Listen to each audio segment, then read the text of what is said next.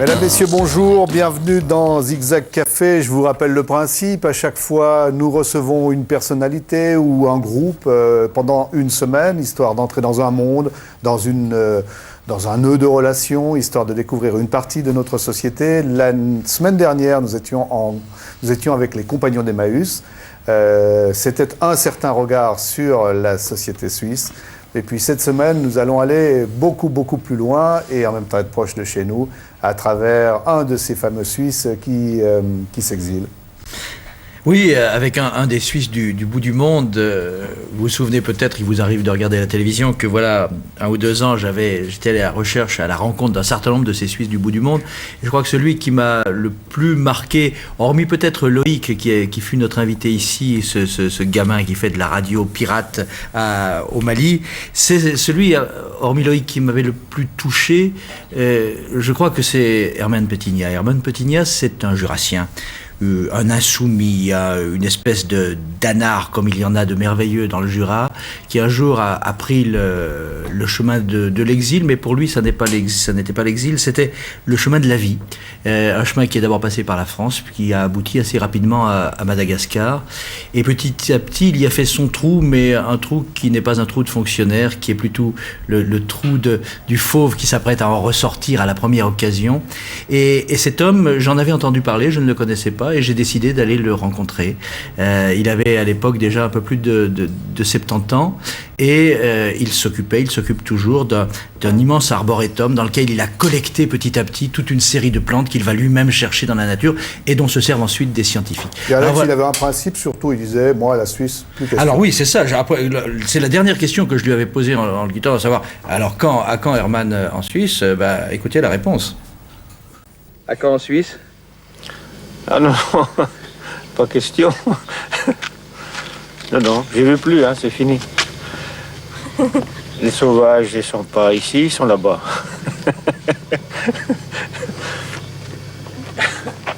Alors, musique s'il vous plaît, et accueil pour Herman Petigna, qui malgré tout a accepté de venir une semaine en Suisse, on l'applaudit.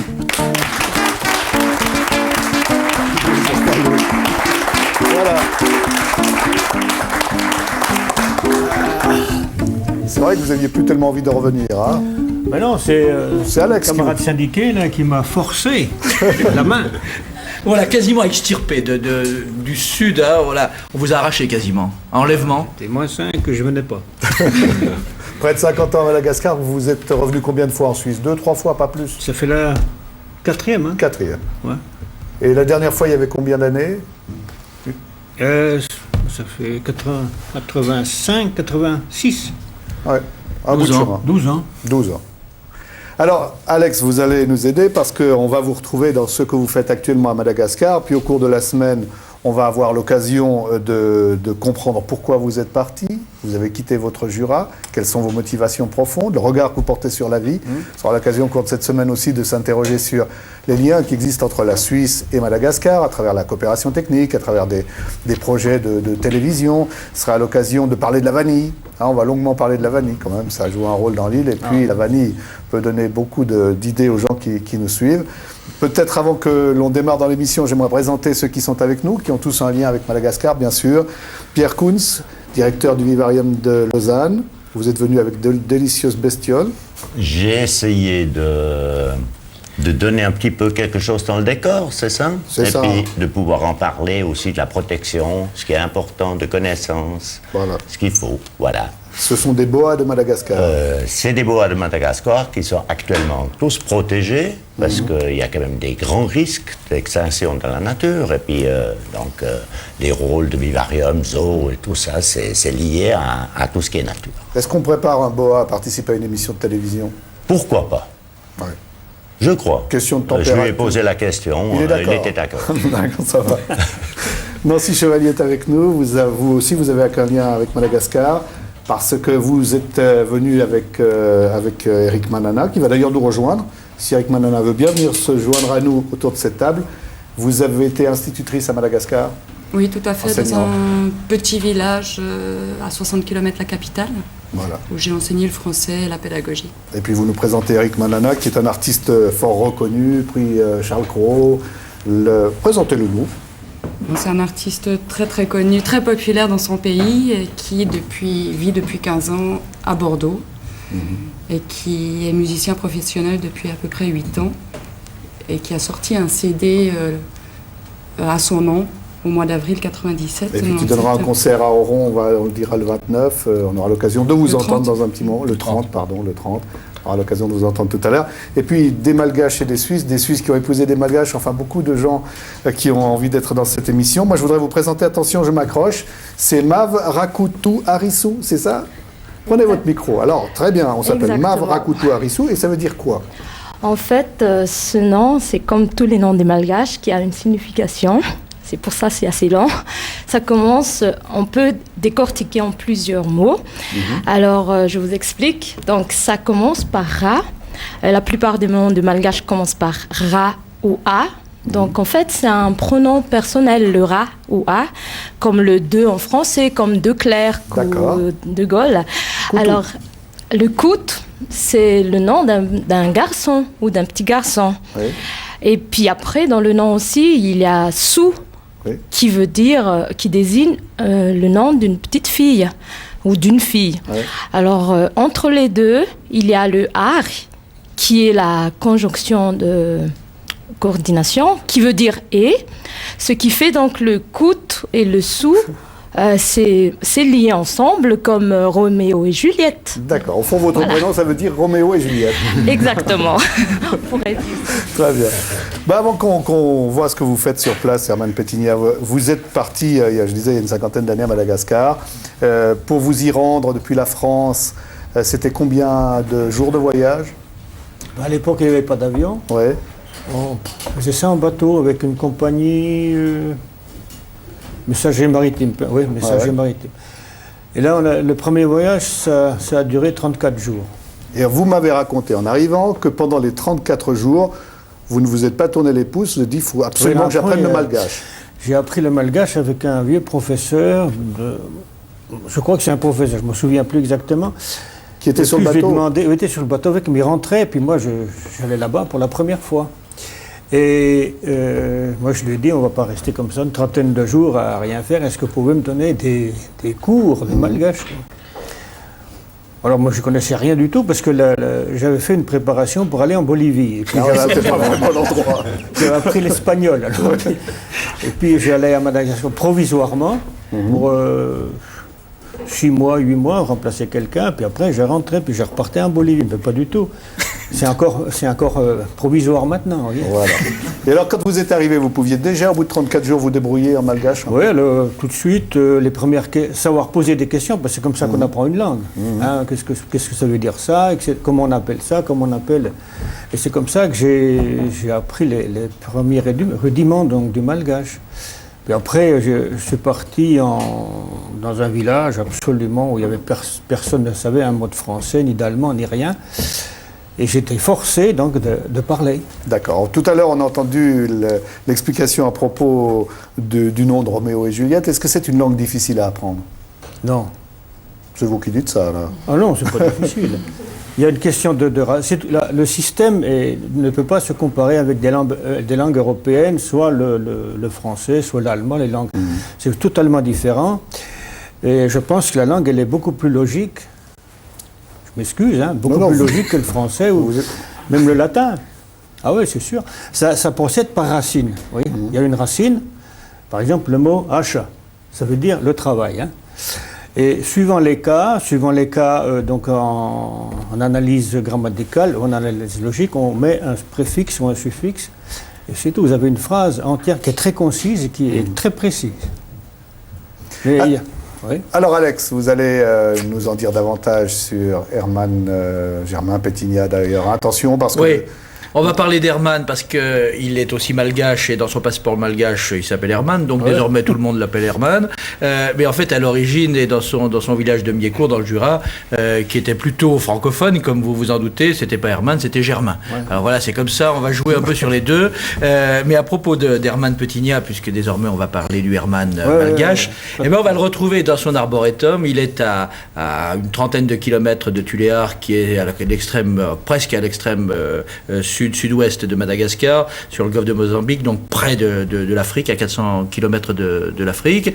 Et puis là, il a tous ces arbres, et il a surtout son atelier, et on va commencer par pénétrer dans le sein des saints. D'accord. Ça, c'est mon atelier. Tu peux rentrer. Herman a le sens de la fraternité et le tutoiement facile. Son atelier, c'est quasiment le sein des saints. Dans des boîtes numérotées sommeillent des graines mystérieuses. Aidé de son fils, Ours, Herman en tient un registre complet et détaillé, remis à jour à chaque nouvelle observation sur le terrain et transmis ensuite à une poignée d'universitaires européens ou américains.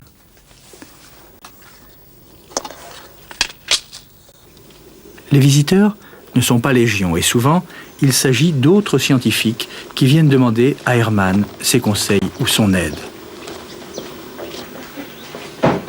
Alors il faudrait reprendre l'inventaire avec les points GPS. Ouais. Donc je vais vous envoyer MAM. Ah oui, je vois. Alors il y a une chose avec le GPS, est-ce qu'on peut faire ça en sous-bois? Oui, bien sûr, il n'y a aucun problème. Aucun problème? Aucun problème. Il n'y a pas de problème. Je viens d'avoir une invitation à repartir pour peut-être 4-5 jours, on ne sait pas exactement, pour déterminer les points, les coordonnées dans la forêt à partir d'un appareil, le GTS. Parce que ça veut dire, mais enfin, peu importe. Et le but, c'est quoi? Pour retrouver les coordonnées des endroits où on a fait les inventaires. Inventaire, le mot est lâché. Chaque année, plusieurs mois durant, seul ou avec quelques porteurs, Herman s'enfonce dans la forêt du sud-ouest malgache, grande comme 3 fois la Suisse, pour aller photographier et parfois rapporter dans son domaine les plantes les plus rares. La journée, il y a une espèce de petite mouche qui est une hyménoptère, qui vous tourne autour des yeux, qui vient sucer là, tout ce qui est humide, etc. C'est très ennuyeux. Et puis la nuit, il y a les moustiques. C'est ça les aventures, mais il n'y a aucune bête dangereuse, sauvage. Il y a des serpents. Bon, les serpents, c'est pas dangereux ici, hein, c'est aucun problème.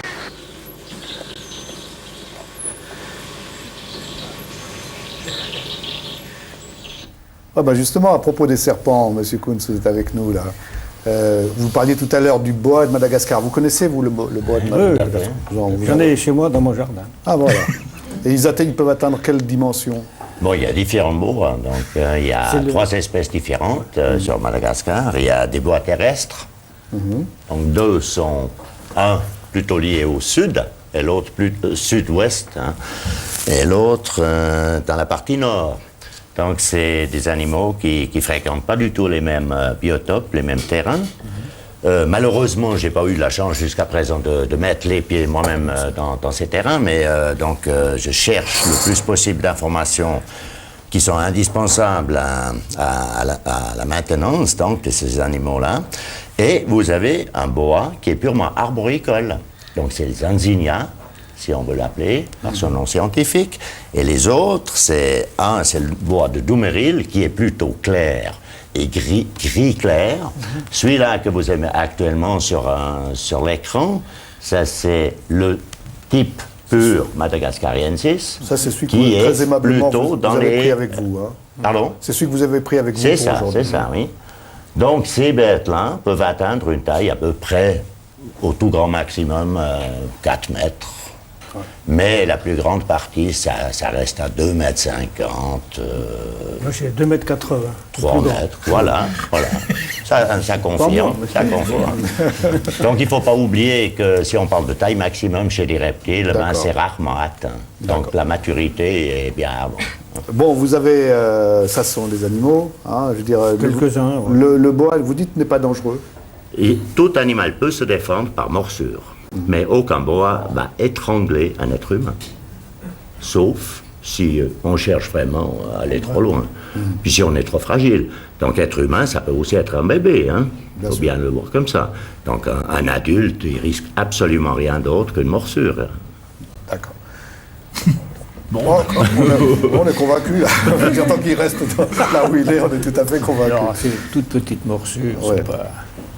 Bon, mais à part ça, la vie doit être agréable quand vous avez les moustiques la nuit et ces petites mouches autour de vous le jour. Ce sont les seuls ennemis, pratiquement, les bêtes féroces de la région. Il n'y a pas autre chose. Bon. Expliquez-nous quel est votre travail actuellement. On l'a deviné, là, on l'a vu, on a senti que vous vous intéressiez, vous défendiez les plantes, mais qu'est-ce que vous faites exactement? Alors moi, ça consiste à rechercher des plantes qui ne sont pas décrites, qui ne sont pas répertoriées en botanique. Dans tout ce territoire, à partir d'un fleuve qui s'appelle le Mangouk, c'est pas marqué sur votre carte, à peu près à 150 km au nord de Tuléar, et puis je vais jusqu'à l'extrême sud, à peu près à 80 km de Fort-Dauphin, donc alors sur une largeur de 130 km. C'est une bande de terrain qui suit le canal du Mozambique et qui a un climat absolument à part de tout le reste de Madagascar. Et alors, les travaux que vous faites, vous les communiquez à qui? À des universités, à des chercheurs? J'ai tout un réseau d'universitaires, d'universités, universitaires aussi, des chercheurs, et actuellement, je suis en difficulté un peu avec un botaniste de Heidelberg, le docteur Werner Rau, qui a 84 ans, qui est malade et qui ne peut plus rien faire, quoi.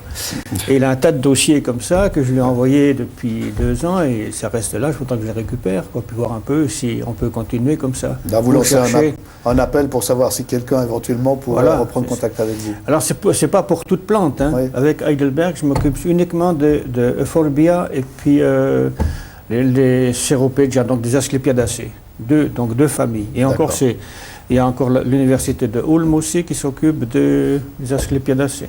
Alors, Alex, à propos des arbres, vous avez une belle séquence là aussi. Oui, c'est-à-dire que nous, on connaît évidemment plus, nous, je vais dire les touristes, quoi. Madagascar à cause des baobabs. Il y en a de splendides à proximité de Morondava. Il y a là une allée extraordinaire. Puis il y a toute une série de baobabs plus petits, moins connus. Et je vous propose de retrouver en effet Herman au pied d'un de ses protégés. Ça, c'est un baobab. Une espèce qui se trouve dans la région de Tuléar. Il y a 2 espèces ici, celle-là, Dansonia funi, et l'autre, Dansonia za. Alors, ce sont des arbres qui sont très vieux.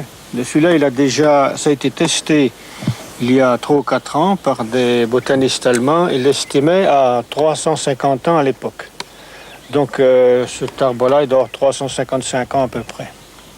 Alors, les autres, les gros que vous avez vus sur des images, etc., ceux-là, ça peut monter, paraît-il, jusqu'à 4000 ans. Je me suis aperçu, au bout de plusieurs années, qu'il y avait dans les buissons là, un énorme pachypodium dans un terrain qui ne m'appartenait pas. Et au bout d'un certain temps, les anciens propriétaires du terrain sont venus me proposer leur terrain à vendre, 10 hectares environ. Et comme je n'avais pas pu auparavant transplanter cet arbre-là, parce que c'est très dangereux, il sèche, il aurait crevé, j'ai acheté donc le terrain. Comme ça, il est chez moi. Donc 10 hectares pour un arbre. 10 hectares pour un arbre, mais je pense que le prix du terrain ne vaut pas le prix de l'arbre. D'abord, pour la différencier des autres, il existe une nomenclature donc en Angleterre, où les noms des plantes sont répertoriés. Ce qui veut dire qu'il y a déjà des plantes qui s'appellent pétinia. Oui, il y en a déjà, mais pas beaucoup. Il y en a 2 actuellement, une qui s'appelle Pétinia et une autre qui s'appelle par mon prénom. Et puis une autre de ma femme, Simone. Et il y en aura une autre prochainement qui va s'appeler Oursi, du nom de mon fils qui est à côté là. Yeah. Ouais, je trouve que c'est une bonne façon de présenter la famille, ça, quand même. Hein. C'est au moins original. Il laisse des traces. Alors, dites-moi, c'est étonnant, ça. Le prix de l'arbre, c'est... Mais le terrain, là, chez nous, il vaut rien. Ça n'a pas de prix. J'ai acheté les 10 hectares pour 400 000 francs malgaches il y a 3 ans. Alors, vous faites la reconversion, Alex 400 000 400 000 francs, ça doit faire 800 francs suisses, un peu plus? Oh non, beaucoup. 3750. Tous les Malgaches qui sont ici sont en train de calculer. Alors, quel est le résultat de vos cogitations? 100 et quelques. Environ 100 francs suisses. Bon, voilà. Pour les 10 10 hectares. hectares. Et alors, l'arbre, on l'a vu que c'est un arbre extraordinaire, là, le deuxième. C'est un arbre qui a été daté par des physiciens de Augsbourg.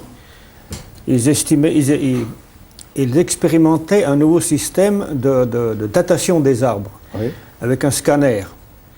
Alors, c'est une bricole, je n'ai rien compris là-dedans, mais enfin, c'est leur affaire. Hein. Et ils m'ont dit, cet arbre-là, il a tant d'années. Celui-là qu'on a vu, là, donc, le Pachypodium, il était estimé à 400 ans. Ah oui. Et Alors, c'est pas le plus vieux. Oh ben là, chez moi, c'est le plus vieux. C'est le plus vieux. Ouais, ouais. Dans les baobabs, c'est très difficile à transplanter. Celui qu'on a vu tout à l'heure, il a été transplanté il y a 3 ou 4 ans, donc il a repris. Mais à la vitesse où ça pousse, hein, Alors, très difficile. avant qu'on passe un peu de musique, j'aimerais juste que, monsieur, vous parliez tout à l'heure des boas, et c'était pas par hasard, parce que les boas qui sont tout tranquilles dans le jardin de monsieur Pétignat, mais il y en a un certain nombre qui font le voyage en Suisse, puis ils en sont nettement moins heureux. Tout à fait. Et je crois, c'est très important de voir un petit peu le problème. C'est pas uniquement avec Madagascar, c'est actuellement de plus en plus dans le monde entier que nous avons partout un problème de conservation de la faune, une conservation de la flore. C'est très important. C'est-à-dire qu'au fond, Donc, les gens achètent des boas, c'est ça? Des C'est petits tout à fait boas. ça, c'est tout à fait ça. Alors, ce qui s'est passé, c'est que automatiquement, il fallait trouver une solution. Cette solution, c'est peut-être dans la Convention de Washington qui vise de limiter la commercialisation du patrimoine flore et faune. Et pour 2 raisons. D'un côté, c'est bien joli, les animaux, c'est super, mais il faut aussi avoir les connaissances. Il faut savoir comment les soigner. C'est très important quand on fait un prélèvement dans la nature, que ce prélèvement ne sert pas tout simplement à une exhibition pure et simple, que donc les rôles de zoo, c'est pas uniquement ça, c'est peut-être sensibiliser les gens aujourd'hui à ce qui nous entoure, à mieux connaître, à connaître, à comprendre pourquoi. Mais vous en avez combien de boas, vous? Nous, boas purs, alors il y en a à peu près... Il y en a à peu près une vingtaine chez nous. Ces 20 boas, ils viennent d'où? Sont des boas des États-Unis. Donc, le boa, normalement, c'est ça qui est drôle avec Madagascar. Dans toute la partie africaine, vous avez des pitons. Vous n'avez aucun boa. Alors, vous faites le petit saut sur Madagascar et vous trouvez une faune qui ne correspond pas du tout à la faune africaine. Donc, justement, les boas, normalement, sont originaires du Nouveau Monde. Ça veut dire États-Unis, donc Amérique centrale jusqu'en Amérique du Sud.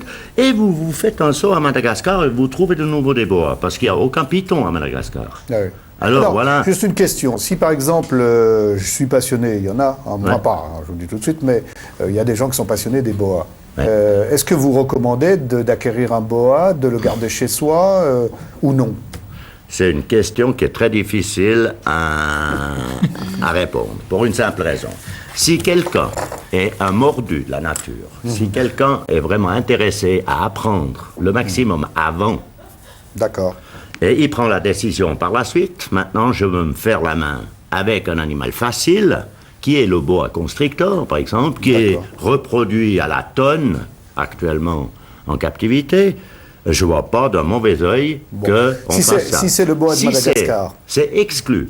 Du fait que le bois de Madagascar, tous les bois de Madagascar sont sous annexe 1. Ça veut dire impossible d'exporter, impossible de commercialiser. Alors Herman Pétignat, vous ramenez votre boa, celui qui était dans votre valise, vous n'en aviez pas? Qu'est-ce que vous pensez, vous, de ces gens qui viennent prendre soit... Excusez-moi, mais c'est des dingues. Ouais. Et la plupart du temps, ils font ça en contrebande, hein, que ce soit pour les plantes, que ce soit pour les animaux. Et quand ils arrivent chez eux, au bout de 3 ou 4 mois, ça crève. Ils ne connaissent rien sur la vie de ces bêtes-là, sur le développement des plantes, etc. Puis ça crève. Ça vous choque, quoi? Oh, moi, je ne suis pas Oui, bon, enfin bon, disant, hein. Chacun dans son jardin, parce que Herman, si là-bas à Madagascar, on l'empêchait d'importer des graines d'absinthe pour faire la bleue, peut-être qu'il ne serait pas d'accord. Oh, non, c'est pas ça. C'est une autre histoire. Écoutez, je vous propose... ça, c'est autre chose. Si on fait de la On ne contrebande. maîtrise plus rien sur ce plateau. Je vous propose qu'on retrouve Eric Mananas pour une première chanson. Merci. On peut le faire.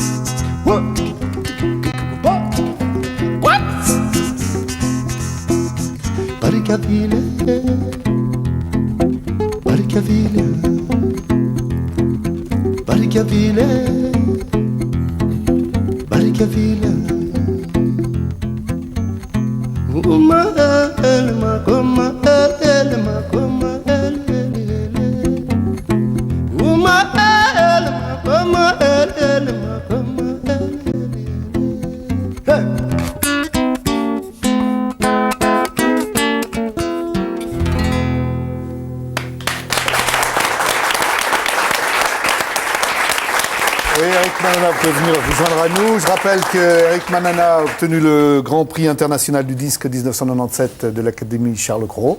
C'est-à-dire que ça a été vraiment reconnu. Vous nous dites en deux mots la raison de la présence d'Eric Mananas en Suisse. Oui, alors il vient pour un concert vendredi, 30 janvier. À Oron-la-Ville. Voilà. Qui sera au profit d'une école de Madagascar, qui est à Bantoulin, là où j'ai enseigné.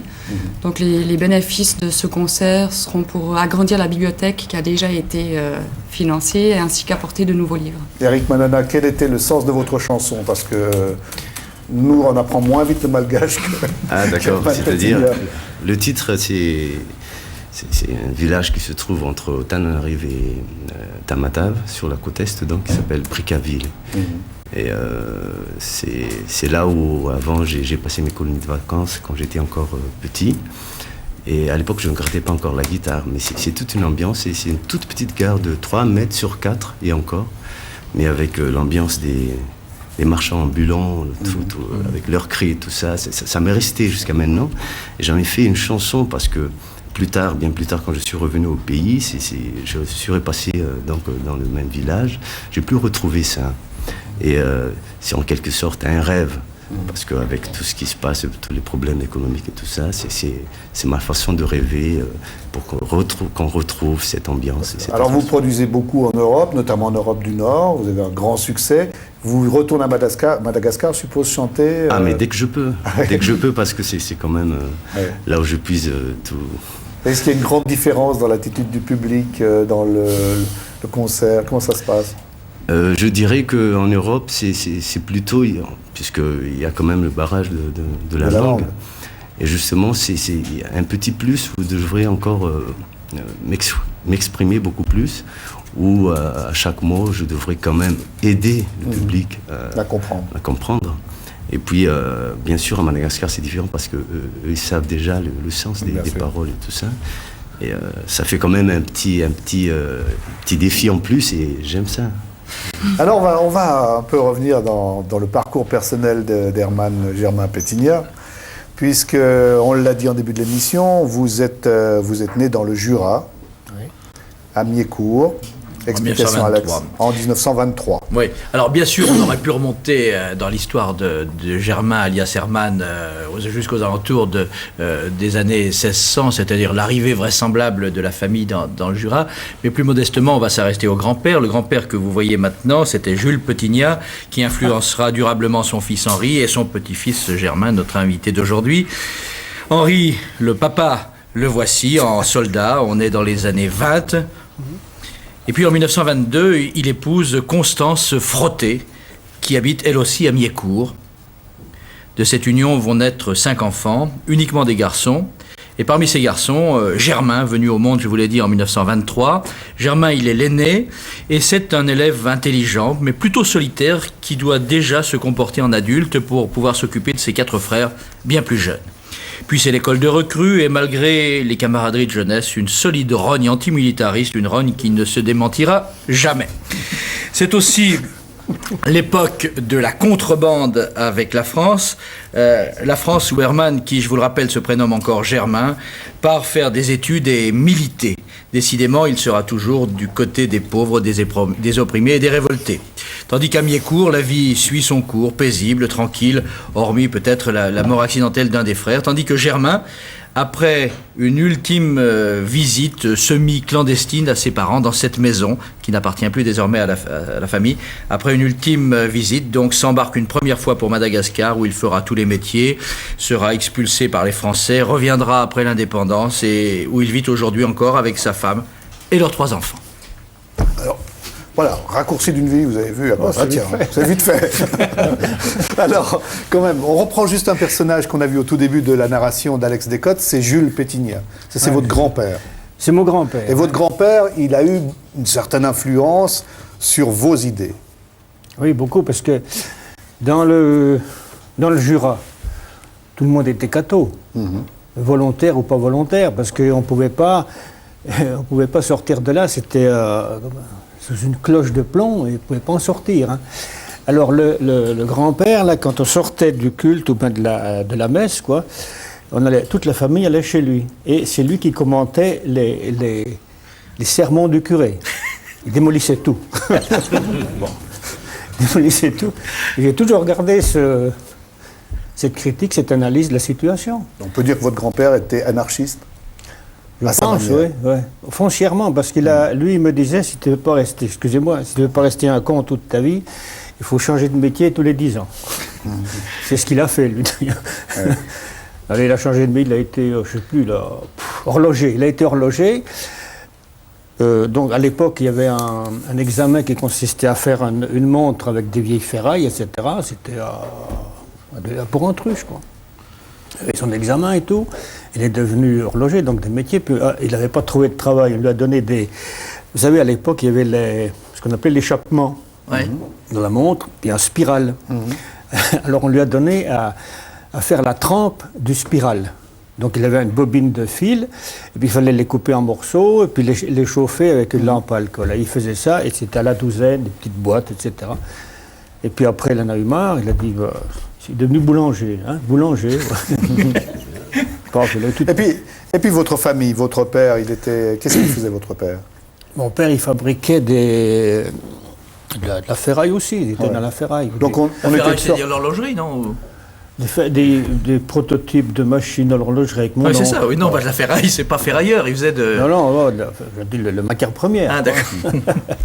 C'est dire que dans la famille Pétignat, on n'était pas très riche à cette époque. Ah non, on n'a jamais été riche. Ouais. Non. Allez, si on devait, pour survivre, on devait avoir une ferme à côté. Hein. Alors c'était les gosses, c'était mes frères, moi, ma mère, qui fallait traire les vaches. Je me souviens, on avait des pattes comme ça, parce qu'il y en avait une vache à traire par jour, et puis avant d'aller à l'école. Et puis c'est dur au début. Alors j'ai encore c'était déformé, c'est comme les sabots dont on va entendre parler tout à l'heure. Et on allait en classe, on ne pouvait pas tenir un stylo. Enfin, à l'époque, c'était des crayons, des plumes, etc.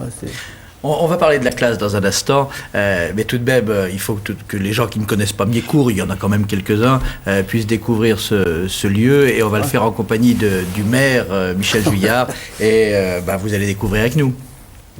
Alors Miécourt est un petit village très sympathique du nord-est de la Suisse, dans la région qu'on appelle la Joie, et qui est actuellement occupé par 480 habitants.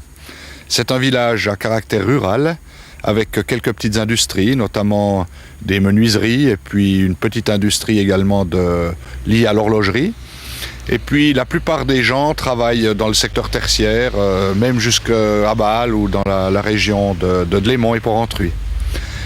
Les plus vieilles mentions du village, on les retrouve vers l'an 1000, avec une tour qui s'appelle Mischdorf à l'époque. Et depuis, le village a été ballotté un petit peu dans tous les problèmes politiques qui se sont développés ici à travers. Notamment, on a été rattaché à l'évêché de Bâle pendant très longtemps. On a été rattaché à un moment donné à la France, dans le cadre du département du Mont-Terrible. Et puis, depuis 1815, au canton de Berne. Et en 1978-79, au canton du Jura. Donc, depuis cette époque-là, il y a eu évidemment beaucoup de mobilité dans la population, mais on a ici des gens qui sont des bourgeois de ce village. Il y a les Pétignats surtout, il y a les Frottés, et ce sont des gens qui sont enracinés à Miécourt depuis très très longtemps. Alors ça, c'est pour la présentation du lieu, et puis surtout, on a retrouvé un personnage qui est très important, n'est-ce pas, Alex? Oui. C'est l'institutrice d'Hermann Germain Pétignat. Oui, alors Hermann, donc né en 1923, oui, il est jeune, mais pas tout jeune, et son institutrice, elle avait 11 ans de plus, elle s'appelait à l'époque Mademoiselle Chapuis, Madeleine Chapuis, elle est devenue ensuite Madeleine Mercet, elle a aujourd'hui 86 ans. Et ce qui est extraordinaire, c'est qu'elle se souvient d'Hermann Germain Pétignat. Et oui, elle nous en a parlé, écoutez. D'accord. Je suis arrivée à Miécourt en automne 1933 et j'ai pris possession de ma classe, donc beau matin de début novembre, où j'ai trouvé plus de 40 élèves, parmi lesquels se trouvait Germain, qui était donc dans les aînés, dans les élèves de 4e année. Cette classe était très pauvre, et tous les élèves étaient en sabots. Parce qu'à cette période-là, à cette époque-là, la commune offrait à chaque élève une paire de sabots pour pouvoir passer l'hiver dans cette classe où nous étions frigorifiés. C'était un élève qu'on remarquait d'emblée parce que c'était un grand silencieux. Disons qu'on avait l'impression par moments qu'il était absent, qu'il vivait dans un monde de rêve. On se rendait très bien compte, si la leçon l'intéressait, on captait son attention, si la leçon ne l'intéressait pas, il devait être très loin. Mais un élève très agréable, très gentil, dont je garde un excellent souvenir. À l'époque, évidemment, l'institutrice, c'est-à-dire la régente, comme on l'appelle ici, c'était quelqu'un d'important. Est-ce que vous arriviez tout de même à avoir des discussions avec un élève, autres que celles qui portaient uniquement sur le cours? Oui, oui, parce que dès le début, j'avais installé dans ma classe une boîte aux lettres. Et j'avais dit aux enfants, si vous avez quelque chose à me dire, parce que justement, je les sentais très timides, je leur avais dit, si vous avez quelque chose à me dire, vous m'envoyez un mot et je vous répondrai. Et c'est ainsi, par exemple, qu'un élève m'avait écrit, « Mademoiselle, je vous aime de tout mon cœur ». Alors, j'ai dû lui répondre, moi aussi. Parce que je tenais beaucoup, moi, à ce contact. Je n'aurais pas pu enseigner si je n'avais pas eu le contact intime avec les élèves. Vous disiez qu'il était dans un rêve et donc un petit peu absent. Il était tout de même un bon élève, il avait de bons résultats? Oui, c'était un bon élève. Il s'intéressait à l'école et il avait souvent des réflexions vraiment qui dépassaient son âge. Vous vous souvenez, vous, de votre institutrice? Ah oui. Ouais. Regarde, c'est extraordinaire, ce personnage. Oui, parce que j'avais une autre institutrice avant qui me tapait sur les doigts régulièrement. Et ça, je lui ai écrit d'ailleurs que pour moi, c'était la libération, elle, quand elle est arrivée. On peut expliquer aussi qu'après, vous allez faire des études. On reviendra demain sur tout votre parcours, mais vous allez faire des études, vous allez devenir licencié en lettres, avec une thèse sur... Rabelais. Sur Rabelais, naturellement. Qui est toujours le maître à penser actuellement. Ouais. J'ai toujours un livre sur Rabelais avec moi. Ah oui. Et on s'en lasse pas. Alors demain, ce qu'on va faire avec vous et avec le public qui va rester avec nous, bien sûr, c'est de savoir comment vous êtes arrivé à Madagascar. À Madagascar, où naturellement, vous ne resterez pas tranquille, vous serez du côté des indépendantistes. Ouais. Ça va créer quelques remous, figurez-vous. Il sera même expulsé, il reviendra lorsque l'indépendance sera là. Tout un parcours de vie qu'on est très heureux de découvrir cette semaine avec nous. Ça nous fait extrêmement plaisir. C'était pas trop douloureux aujourd'hui? Oh non, pas du tout. Vous restez avec nous la semaine? Je respire profondément, pas de problème. D'accord. Musique, merci.